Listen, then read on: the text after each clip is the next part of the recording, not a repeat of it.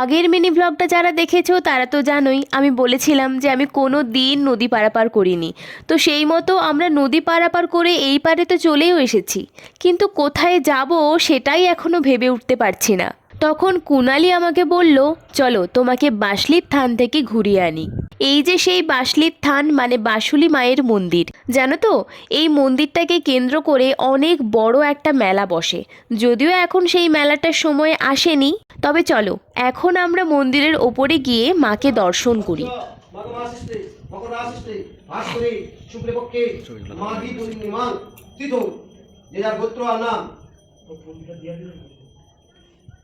মন্দিরে তো এখন পুজো চলছে, তাহলে চলো আমরা এখন এখান থেকে বেরোই।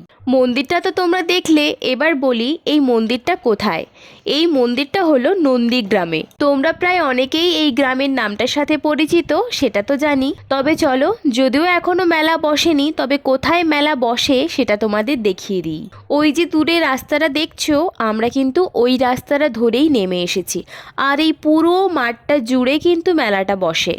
এখন তো প্রায় 12টা বাজতে চললো, কিন্তু আমাদের সকাল থেকে কিছুই খাওয়া হয়নি, তাই দুজনে মিলে গেলাম একটা দোকানে। সেখানে আমরা ঘুগনি মুড়ি খেয়েছি, তার সাথে আমি নিয়েছি একটা ডিম ভাজা আর ও নিয়েছে ডিমের পোচ। তো দেখতে দেখতে বেশ অনেকটাই আমরা ঘুরে ফেললাম। এরপর তো বাড়ি ফেরার পালা, তাই জন্য নদীর পাশের একটা রাস্তা ধরেই আমরা বাড়ি ফিরছিলাম। আর এই যে দেখো মোরাম বিছানো লাল পথ, তার পাশ থেকেই বয়ে গেছে নদী, আর তার সাথে হালকা মিষ্টি রোদ, একটা অসাধারণ কম্বিনেশন।